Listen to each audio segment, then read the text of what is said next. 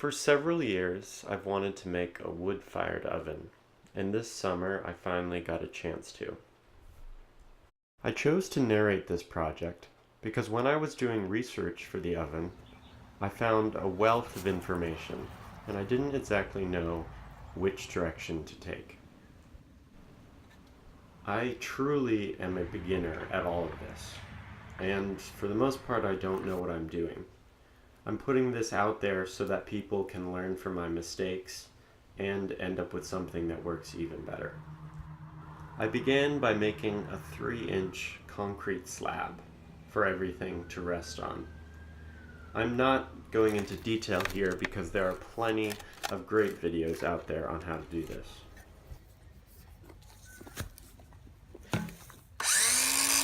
Next, I made a cinder block stand for the oven, and that involved cutting a few cinder blocks in half. Unfortunately, this was a stop-and-go project for me. I had to complete the steps one by one and leave time in between to do other things.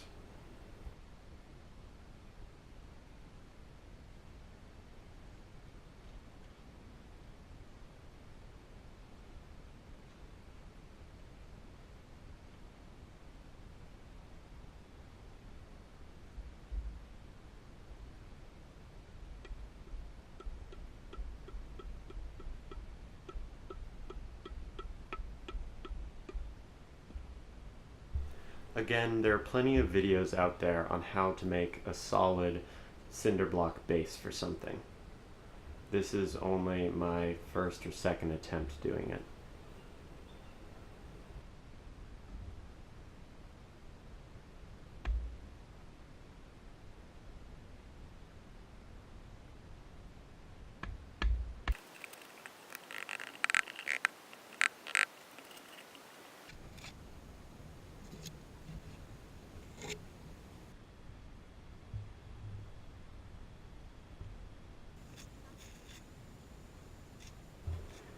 After allowing the mortar to cure for a bit, I came back and cleaned everything up. I'm just using a narrow shovel here. Rebar and more concrete is added in every other hole of a normal cinder block wall to give it more structure. I'm adding them just in the corners, mainly so that I can attach the top slab, as you'll see in a second. Next, I started making the form for the top slab. It took me a while to figure out how to connect it to the base securely. I ended up using hot glue and wood scraps to balance the form on until I could secure it with more wood and ratchet straps.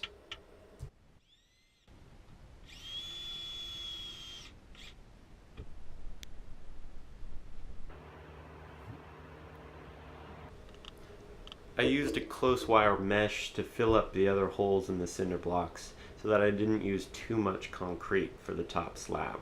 I was worried about running out.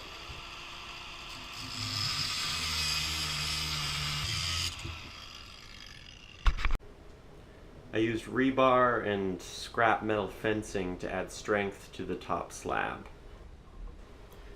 This is very important because the top slab hangs in midair and is only supported by its edges.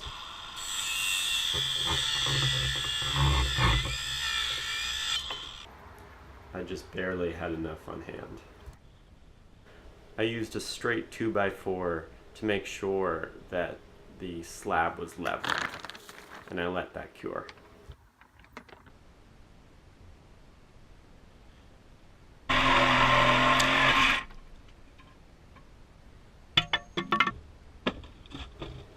It's pretty sturdy.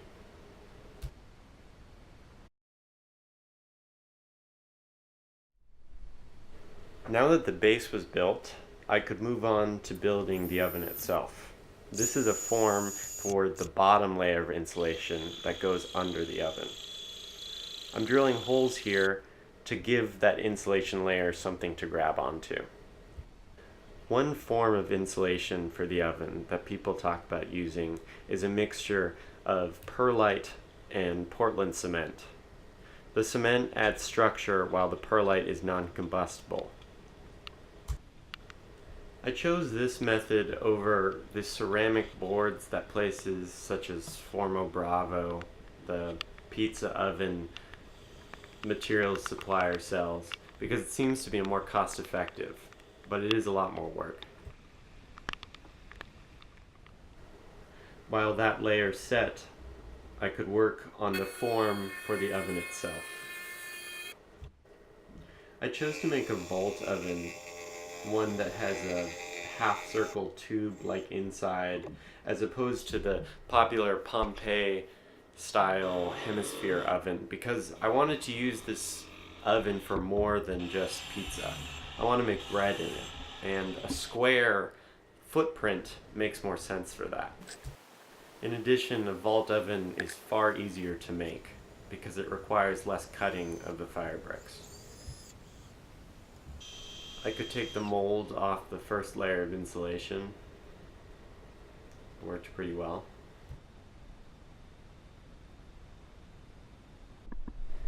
As you'll see soon though, I had to go back and add more of this layer of insulation.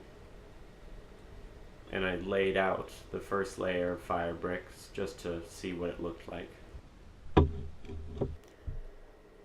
I used a masonry cutoff disc mounted in this small miter saw to cut the bricks, and it worked pretty well actually. Then I could finally start to actually put the oven together. And I know I'm not doing this very well, but it was again a learning process. It's important to use a high heat resistant mortar here. You can't use a cement based mortar.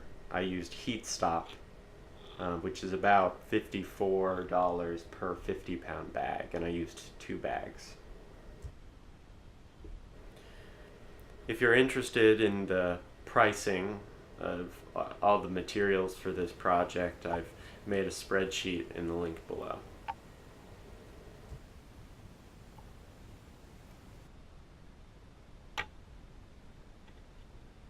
I had originally put 2 red bricks in the front just for appearances, but I ended up replacing those with more fire bricks once I realized I had enough to do so.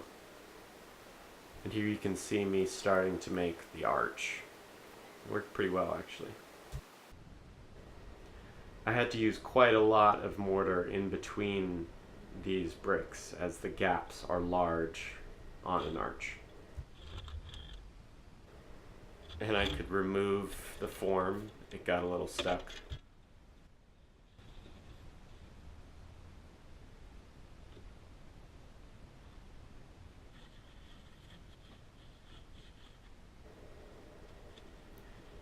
Here you can see me making that extra amount of insulation on the bottom. Then I began to make the opening for the oven.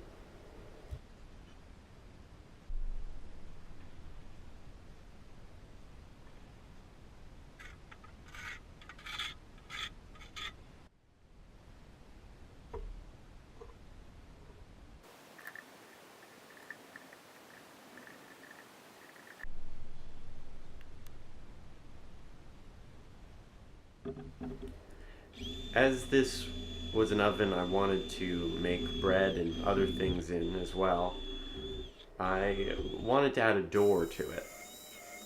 And I thought the easiest way to do this was to add a piece of angled steel to support both the top of the opening and the door.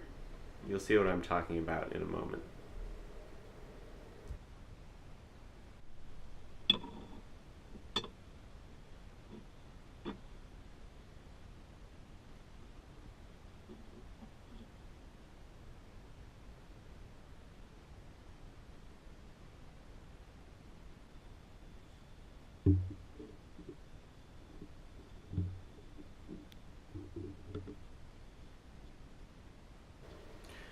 I chose to also make the chimney out of concrete using a mold. I didn't film that though. It worked pretty well, and it hasn't cracked yet. I mortared some old red bricks around the outside of the entrance just for looks.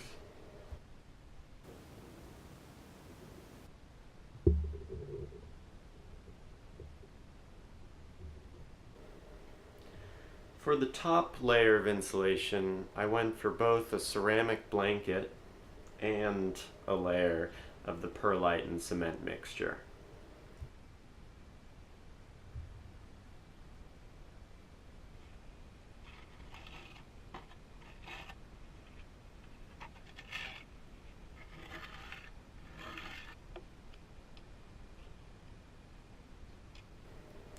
I used chicken wire just to keep the ceramic blanket down when covering it.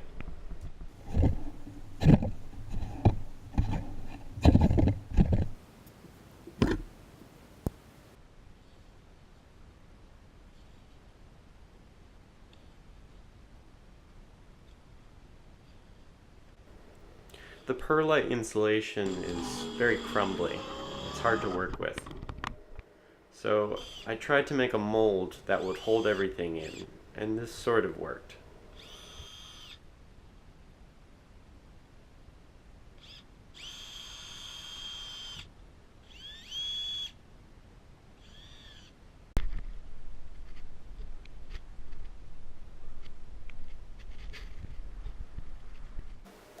The problem is that I ran out of the perlite insulation, and there are a few hot spots on the oven. There should be at least 3 inches of the perlite mixture around the whole thing.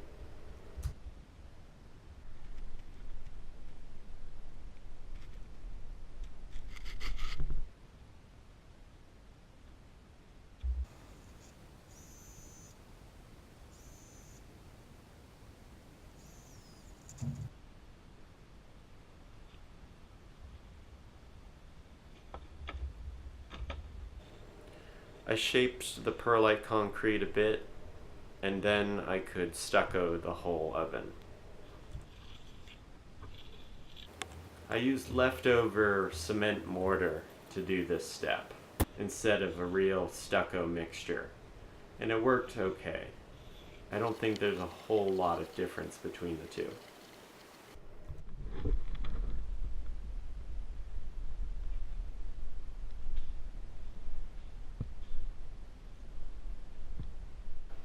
While that first outer layer cured, I could start on the door. And for this, I just used a piece of metal I had lying around. It worked alright.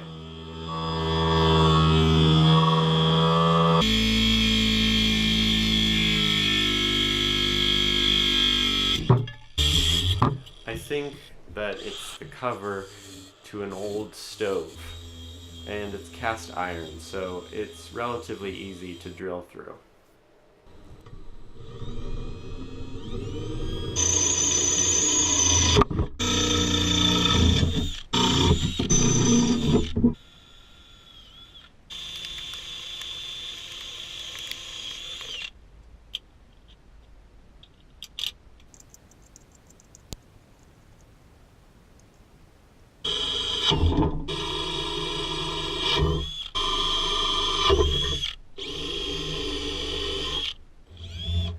I attached a piece of wood to the door as a heat barrier to protect myself, but it's not holding up too well to all the heat, so probably have to be replaced eventually.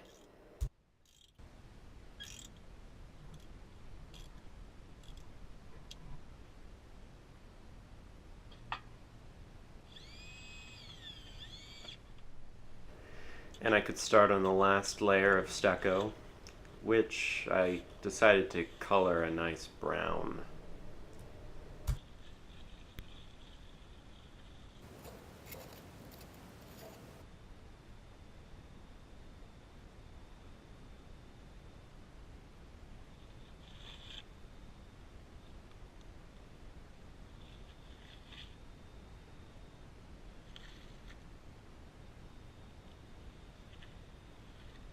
I smoothed this layer out using a stiff sponge and a lot of water.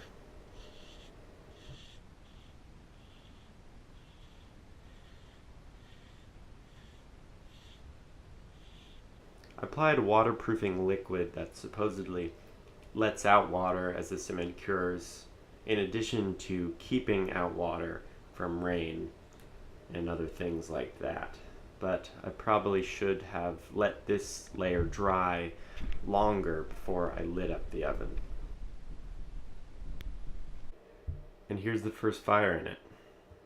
After using the oven for a couple of times, I noticed cracks in the stucco.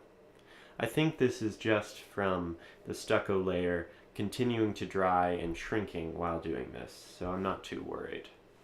But I'll do a second video about it in the future once I've used it more.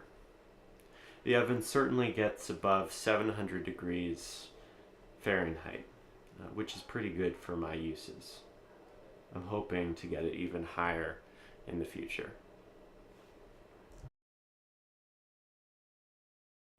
Thanks for watching.